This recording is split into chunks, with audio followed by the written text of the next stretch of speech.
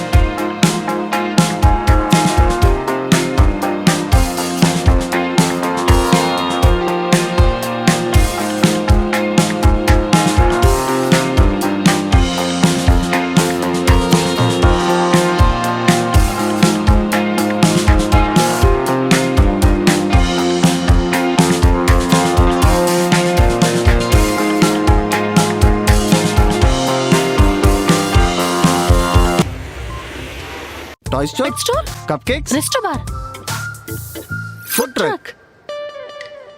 ಆದರೆ ಇಷ್ಟೊಂದು ಹಣಕ್ಕೆ ಶ್ರೀರಾಮ್ ಫಿನಾನ್ಸ್ ಗೋಲ್ಡ್ ಲೋನ್ ತ್ವರಿತ ಸಂಸ್ಕರಣೆ, ಕನಿಷ್ಠ ದಾಖಲೆ ಸಂಗ್ರಹಣೆ, ನಿಮ್ಮ ಆಭರಣಗಳಿಗೆ ಸುರಕ್ಷತೆ.